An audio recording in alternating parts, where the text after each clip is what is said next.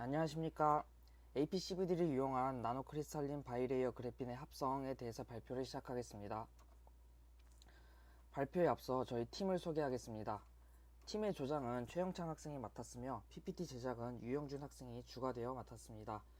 전현수, 김재욱, 김나눔 학생은 자료조사를 메인으로, 나머지 3명은 조사한 자료를 정리하여 PPT 제작에 보탰습니다. 저는 발표를 맡은 전동원입니다. 발표 순서는 다음과 같습니다. 첫 번째로 연구 배경 및 주제 선정 이유에 대해 말씀드리겠습니다. 두 번째는 연구 방법에 대해서 말씀드리고, 마지막으로 저희가 합성한 그래핀의 응용 분야에 대해서 말씀드리겠습니다. 연구 배경에 대해 말씀드리겠습니다. 다들 알고 계시겠지만 그래핀은 탄소의 sp2 결합으로 이루어진 2차원 평면 구조의 재료입니다. 그래핀은 강철 대비 200배 강한 기계적 강도, 높은 전기 전도도와 열 전도율, 신축성, 투명성 등 독특한 성질을 가지고 있습니다. 이러한 특이한 성질 덕분에 그래핀은 다양한 분야에 응용될 수 있습니다. 다음 주제 선정 이유입니다. 저희는 실험실의 상황상 단결정의 그래핀을 합성할 수 있는 장비가 부족했습니다. 따라서 일반적인 폴리크리스탈린 대신 보다 전기적 특성이 우수한 나노크리스탈린 그래핀의 합성을 진행했습니다. 일반적으로 모노레이어와 바이레이어 그래핀은 도체이므로 밴드갭이 없습니다. 그러나 바이레이어 그래핀에 수직 방향으로 전기장을 걸게 되면 밴드갭이 형성되게 됩니다. 상황에 따라 밴드갭을 형성할 수 있는 특성 때문에 광소자, 반도체와 같은 여러 분야에 응용될 수 있습니다. 따라서 그래핀의 합성과 전기적 특성을 분석하여 목적에 맞는 소자를 제작하기 위해 연구 주제로 선정했습니다. 다음으로 연구 방법에 대해 설명드리겠습니다. 그래핀 성장에 있어서 촉매 역할을 하는 저마늄 서브스트레이트의 클리닝을 시작으로 APCVD를 이용한 바이레이어 그래핀의 성장, 증착한 그래핀의 다른 기판으로의 전사, 그래핀의 분석 순으로 진행하였습니다. 클리닝은 모든 단위 공정에서 필수적으로 이루어져야 합니다. 집적도가 증가함에 따라 미세한 파티클이나 금속이온, 유기물, 무기물, 그리고 산화막 등 의도하지 않은 불순물에 의한 영향은 점점 커져가고 있고, 이러한 존재들은 소자의 성능과 스루풋을 저하시키기 때문에 제거가 필수적입니다. 저희는 저마늄 기판을 RCA 클리닝 공정의 일부를 발췌하여 사용하였습니다. RCA 클리닝 공정이란 RCA라는 회사에서 만든 세정 방법으로 지금까지 널리 사용되는 표준화된 클리닝 절차입니다. 풀 프로세스는 웨이퍼의 소자를 제작하기 전 가장 초기에 진행하는 이니셜 클리닝으로 유기물, 산화막, 금속이온, 파티클의 완벽한 제거를 목적으로 합니다.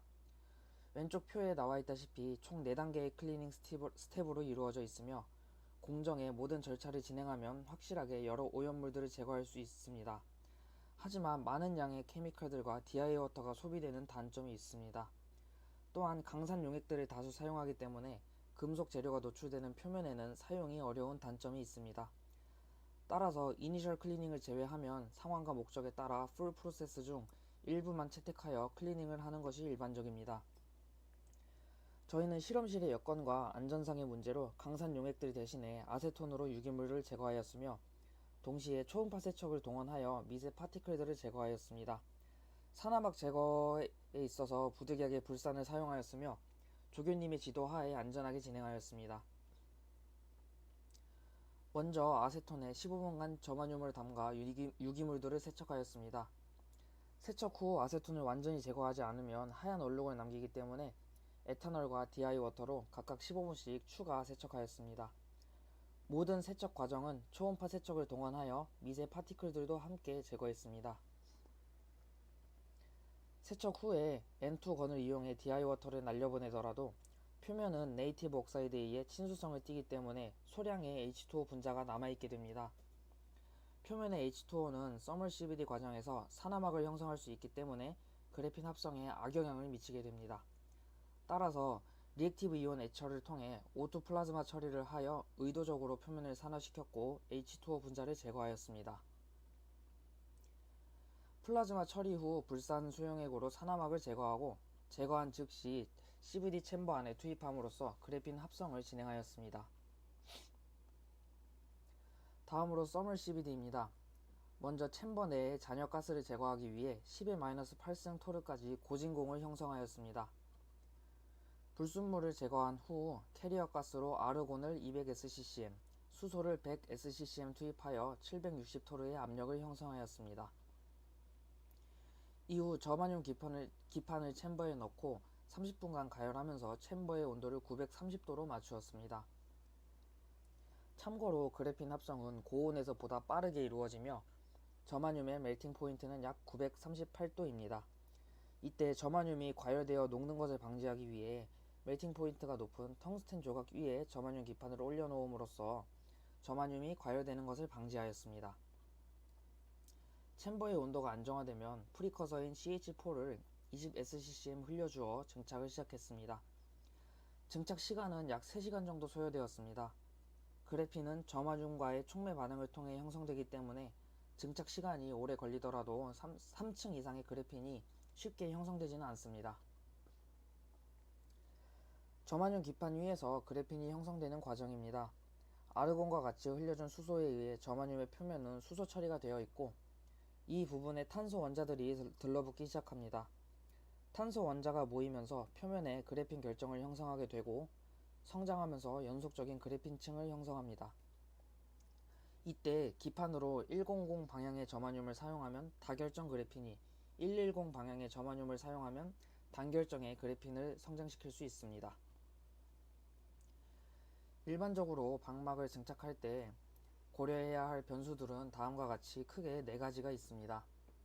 첫 번째 성질은 방막의 두께입니다. 이번 실험의 경우에는 저마늄의 촉매 반응을 통해 그래핀을 성장시키기 때문에 표면과의 접촉이 없이는 그래핀이 성장하지 않습니다. 따라서 3층 이상의 그래핀은 쉽게 형성되지 않으므로 두께를 조절하기 위한 별도의 추가 공정은 불필요했습니다. 두 번째로 두께의 균일성입니다. 앞선 이유와 마찬가지로 두께의 균일성 확보를 위한 별도의 추가 공정은 불필요합니다. 세 번째로 방막의 부착력입니다. 합성한 그래핀을 소자로 제작하기 위해서는 다양한 기판 위에 옮길 수 있어야 합니다. 때문에 기판과 그래핀 사이의 부착력이 강하면 트랜스퍼 과정에서 어려움이 많기 때문에 방막의 부착력 또한 강할 필요가 없습니다. 따라서 이번 실험에서는 그래핀의 순도만을 고려하였으며 앞선 클리닝 공정을 통해 기판 위의 불순물 제거에 집중하며 증착을 진행했습니다. 합성이 완료된 그래핀을 전사하는 과정은 웻 프로세스와 드라이 프로세스로 나뉩니다. 먼저 웻 프로세스의 경우 구리 포일과 같은 얇은 금속막 위에 그래핀을 합성하고 그 위에 PMMA를 코팅합니다. 이후 에칭 또는 전기화학적 방법을 통해 기판을 제거함으로써 다른 곳에 전사하는 방법입니다. 보다 간단한 절차로 그래핀을 전사할 수 있지만 에천트를 사용하는 과정에서 그래핀에 손상을 입힐 수 있습니다. 반면에 드라이 프로세스는 서브스트레이트와 메탈의 바인딩 에너지 차이를 이용하여 그래핀을 전사하는 방법입니다.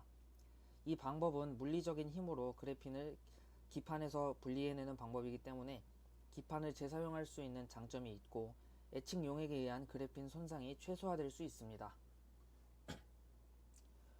먼저 증착한 그래핀 위에 이빔 이베포레이터를 이용하여 얇은 금 방막을 증착시킵니다.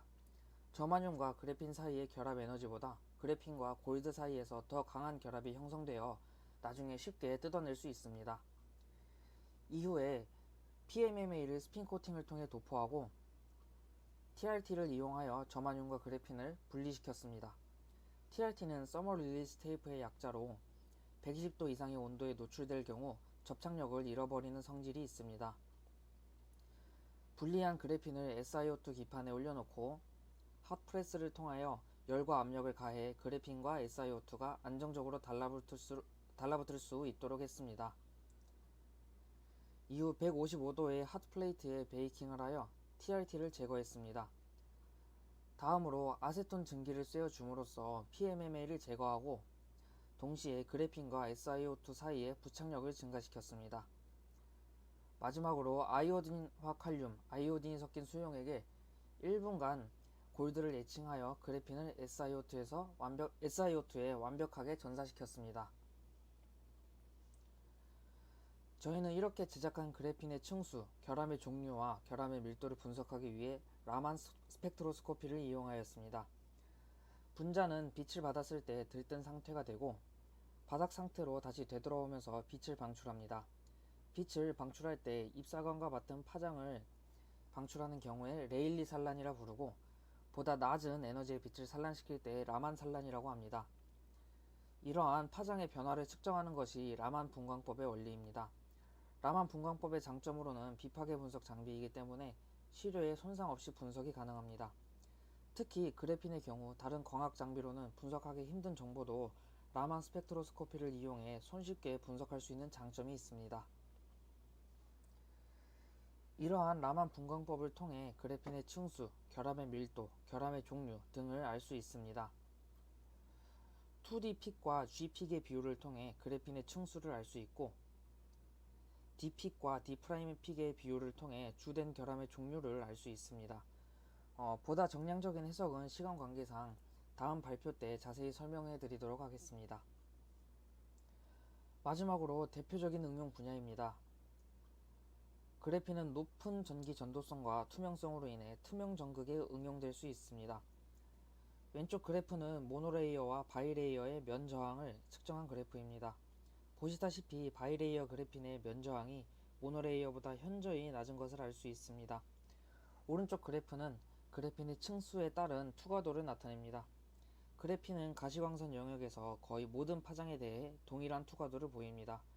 참고로 일반적인 투명 전극으로 사용되는 재료들은 보통 90% 이상의 투과도를 가진 재료들을 사용하기 때문에 높은 전도성을 가진 바이레이어 그래핀은 투명 전극에 응용될 수 있는 가장 적합한 재료 중 하나입니다. 저희가 발표 자료에 참고한 문헌들입니다. 이것으로 이번 발표를 마치도록 하겠습니다. 남은 실험에서는 AFM, 프로브 스테이션과 같은 분석 장비로 그래핀의 구조적, 전기적 특성을 분석할 예정입니다. 이와 관련된 내용은 다음 발표 때 정량적인 해석과 함께 발표하도록 하겠습니다. 감사합니다.